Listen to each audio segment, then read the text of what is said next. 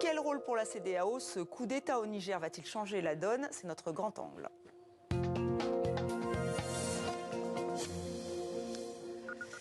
Un coup d'État de plus, un coup d'État de trop peut-être pour la CEDEAO. L'organisation ouest-africaine a lancé un ultimatum aux putschistes nigériens. Mais peut-elle passer à l'action, intervenir militairement?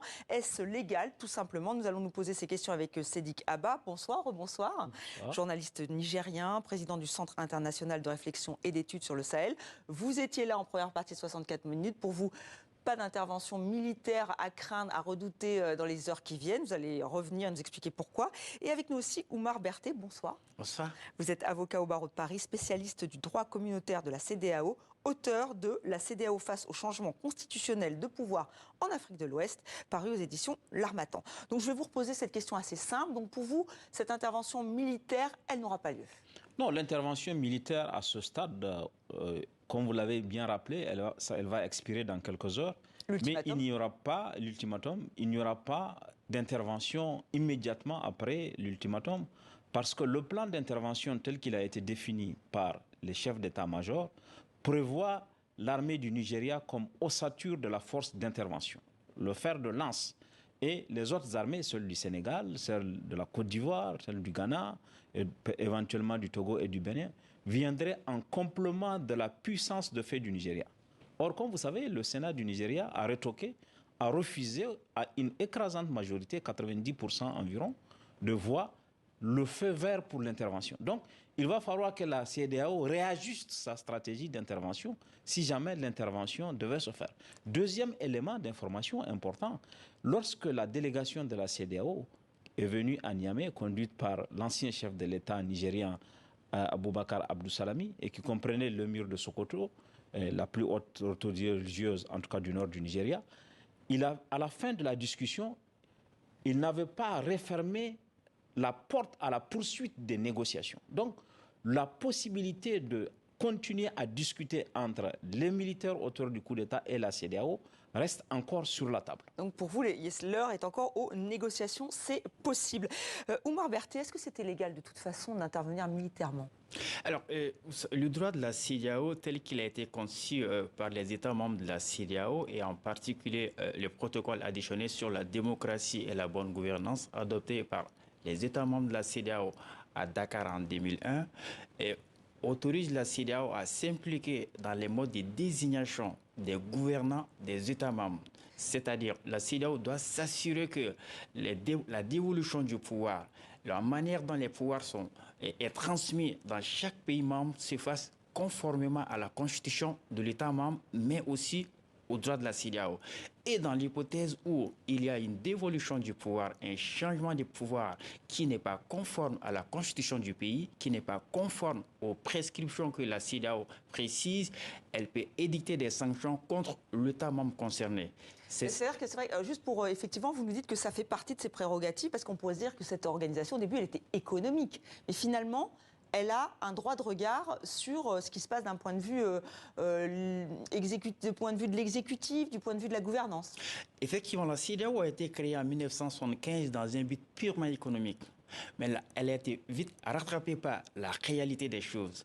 Lors de la création de la CEDEAO en 1975, elle a observé le principe de la non-ingérence dans les affaires intérieures des États membres, c'est-à-dire elle était complètement indifférente des changements des régimes dans les États membres, ce qui fait qu'il y a eu énormément de coups d'État dans les États membres, et d'ailleurs tous les chefs d'État qui ont adopté la charte et les traités de la CEDEAO en 1975 étaient quasiment tous venus au pouvoir par des coups d'État. Par la suite, elle a été rattrapée par la réalité des faits, c'est-à-dire l'économie qui est la CEDEAO entend être l'idéal, son objectif principal. L'intégration économique ne pouvait pas être réalisée dans un contexte d'insécurité, dans un contexte d'instabilité politique et sécuritaire. Ce qui l'a conduit en 1993 à observer un changement radical des doctrines. Donc c'est pour ça qu'elle a décidé effectivement de maintenant prendre des sanctions. Alors, sanctions économiques, ça a déjà été fait. Là, cette intervention militaire, elle serait légale ou pas? L'intervention militaire, en soi, les droits de la CEDEAO le permettent.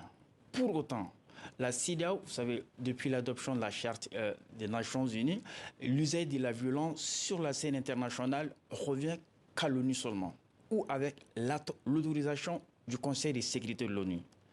Alors, sur le fait, la CEDEAO, dans l'hypothèse où un changement de régime intervient dans un pays membre de manière non conforme à la constitution du pays, comme au cas de l'espèce au Niger, un coup d'État, la CEDEAO peut, selon les textes de la CEDEAO, prendre des mesures pouvant aller à l'usage de la force pour rétablir l'ordre constitutionnel. Pour autant, il y a des éléments qu'il faut préciser là-dessus, c'est-à-dire la CEDEAO ne peut pas le faire, ne peut pas intervenir militairement dans un État membre pour rétablir l'ordre constitutionnel sans l'autorisation du Conseil de sécurité de l'ONU. Et c'est là que ça peut se corser, effectivement, Seydi Gaba, parce qu'on se dit que la Russie, par exemple, peut-être ne va pas donner son feu vert pour l'envoi des troupes de la CEDEAO. Oui, c'est possible. Quand il y a une délibération, on sait que ces derniers temps, le Conseil de sécurité a été beaucoup paralysé par des considérations internes. Si on regarde cela, il n'y a pas que la Russie. La Chine aussi, puisque la Chine a beaucoup d'intérêt au Niger. La Chine est le partenaire du Niger dans l'exploitation de son pétrole. La Soraz, la société de raffinerie de Zander, est une société mixte entre le Niger et la Chine. La Chine a mais elle ne s'est pas trop exprimée, la Chine, là, sur cette question-ci. Non, elle ne s'est pas encore exprimée. Elle ne s'est pas encore exprimée. Donc, on peut faire l'hypothèse que la Chine ou la Russie mettent son veto. On n'en est pas encore là. Mais c'est que pour rester à la CEDEAO, on sait que la CEDEAO a déjà fait des interventions militaires. Il y en a eu en Gambie en 2017. Mais parce que le président qui a été battu aux élections, Yahya Jammeh, refusait de quitter le pouvoir. Il y a eu cette pression par la force pour qu'il s'en aille. Il y a eu des interventions en Guinée-Bissau pour le maintien de l'ordre, pour le maintien de la paix. C'est la première fois que la CEDEAO intervient dans un cas de coup d'État. Et je pense qu'il faut le comprendre aussi dans le contexte régional. La CEDEAO n'a pas été capable d'imposer un rapport de force à l'armée malienne, elle n'a pas été capable d'imposer un rapport de force à l'armée guinéenne, elle n'a pas été capable d'imposer à l'armée Burkina Faso. Alors justement, je vous propose de revenir, vous avez raison tout à fait, c'est peut-être le coup d'État de trop, ce serait le 4e dans le Sahel. Donc on va revoir cet effet domino qui inquiète certainement la CEDEAO. Le rappel des faits avec Simon Rodier. La zone de turbulence s'étend d'année en année. Dans cette région du Sahel, les hommes en bottes et treillis reprennent le pouvoir. Les images de coups d'État font toujours sensation, celles de prises d'antennes à la télévision nationale ou de pick-up surarmés dans les rues des capitales. Depuis 2020, les pays autour du Niger ont vu leur autorité civile être démantelée, remplacée par des militaires, sur la base d'un constat d'échec politique. Première salve entendue au Mali en août 2020. Un groupe de militaires, rapidement nommé Comité national pour le salut du peuple, se soulève et arrête le président Ibrahim Boubacar Keïta. Assimi Goïta se révèle, puis remet le pouvoir aux civils.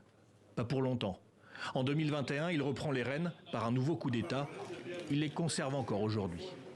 Notre ambition consiste à nous sécuriser pour nous développer, nous doter de textes et d'institutions crédibles pour instaurer une gouvernance vertueuse, réussir des élections transparentes aux résultats incontestables, raffermir la cohésion nationale. Le Mali a donné le ton, les pays voisins l'imitent.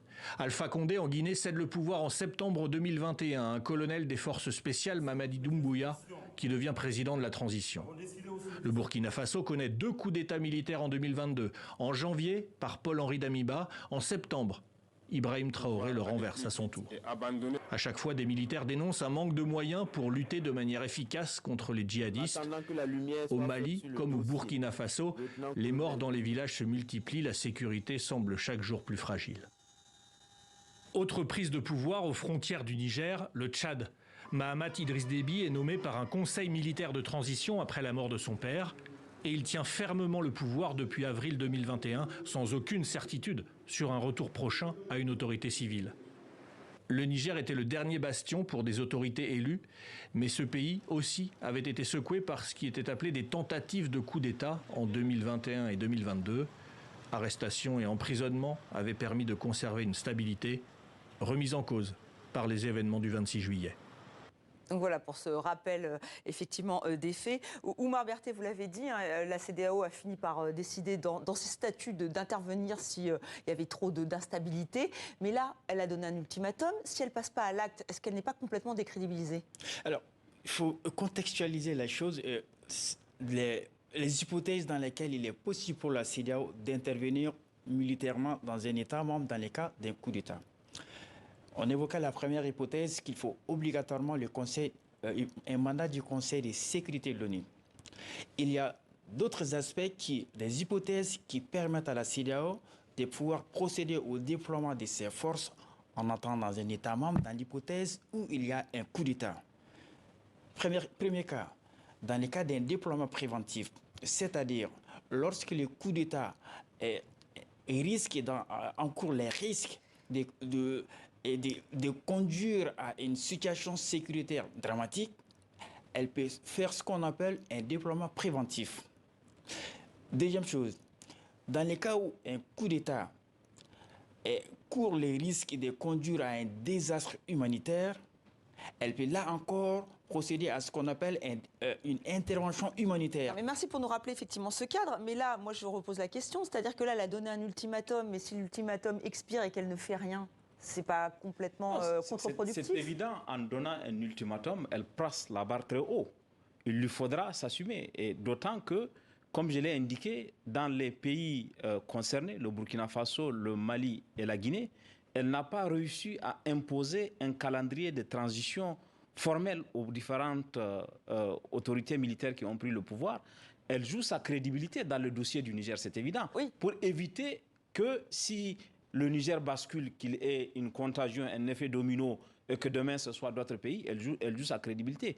Mais il faut aussi, dans ce combat pour sa crédibilité, qu'elle voit quelle solution elle peut trouver qui permettent à la fois de sauver sa crédibilité, mais de résoudre sans grande casse la crise dans le pays. Mais elle en a des solutions ou pas? Alors, il y a ce qu'on appelle des solutions alternatives pour la CEDEAO. Il est vrai, dans bien des cas qu'il y a eu des coups d'État, la CEDEAO a, dans bien des cas, brandi la menace d'une intervention militaire sans jamais y procéder à une telle intervention. Toutefois, le fait de faire peser la menace d'une intervention militaire sur ceux qui ont pris le pouvoir par les armes lui permet d'engager des discussions, des négociations, une médiation avec ces personnes, ce qui, dans beaucoup de cas, aboutit à une sortie de crise plus ou moins acceptable qui permet que d'autres légitimités, dans bien des cas, d'autres légitimités plus ou moins légitimes que les militaires qui ont pris. Comme les forces religieuses dont vous nous parliez tout à l'heure. Mais alors, si je vous comprends bien, on est dans un rapport de force. Et quand on voit que la CEDEAO est soutenue par Paris, qui a rappelé la fermeté, c'était hier avec les déclarations de la ministre française des Affaires étrangères, est-ce que ça sert ou est-ce que ça dessert finalement cette organisation? C'est absolument contre-productif. C'est ça qui a alimenté aujourd'hui le sentiment que la CEDEAO est instrumentalisée. Vous verrez sur les réseaux sociaux et dans les opinions publiques africaines, les gens dire que la CEDEAO instruit tel chef d'État qui est le relais de Paris et pour que la CEDEAO endosse les positions de Paris. À mon avis, il aurait été plus utile pour la CEDEAO et même pour le président Bazoum que la France défend, de se mettre un peu en retrait et de miser sur la médiation de la CEDEAO, de dire que la France apportera, quoi qu'il arrive, son soutien ferme et indéfectible à la solution régionale. Mais le fait de se mettre en avant et de donner le sentiment d'un certain leadership de la solution est contre-productif et alimente aujourd'hui la popularité même de personnes qu'on prétend combattre. Est-ce que vous partagez cette analyse? C'est exactement... C'est vrai que la France a été l'alibi pour à la fois le deuxième coup d'État du Burkina Faso du capitaine Traoré et aussi le coup d'État du Mali d'Assimi Goïta. C'est-à-dire, chaque fois que ces événements sont arrivés, on a mis en avance un impérialisme occidental et en essayant d'expliquer aux gens qu'il s'agit d'une souveraineté qu'ils essaient de retrouver parce que la France les empêcherait de faire ce qu'ils veulent. Et donc, chaque fois que ce discours est avancé, alors, il y a un effet domino qui fait que les régimes arrivés de manière illégale par la force, ils n'ont pas de projet, ils n'ont pas de légitimité, ils arrivent à se légitimer, à mobiliser les gens dans la rue, dans leur cause. Et vous auriez compris, avec à la suite du coup d'État, exactement après le coup d'État, évidemment, au Niger, les Tchani, il y a tout de suite des manifestations contre les coups d'État. Il a fallu qu'on fasse un premier communiqué en essayant d'expliquer aux gens qu'un avion français aurait atterri effectivement, ça a été un des premiers arguments. Et tout de suite, il y a eu des manifestations soutenant les militaires au pouvoir contre la France. Et d'une manière générale, on essaie de faire comprendre que la CEDEAO serait un instrument de la France. Et l'élément le plus qui dessert la France, c'est lorsque la France annonce les sanctions de la CEDEAO, alors même que l'organisation ne s'est pas réunie. Oui, on comprend que la communication est importante et alors calamiteuse. Voilà, c'est votre avis. Ce sera le mot de la fin pour l'instant, puisqu'on va revenir sur cette crise du Niger. Merci beaucoup, messieurs, d'avoir participé à ce grand angle et bien sûr notre direct sur la situation, tv5monde.com et le journal Afrique présenté par Dominique Chimbakala. Merci à vous deux.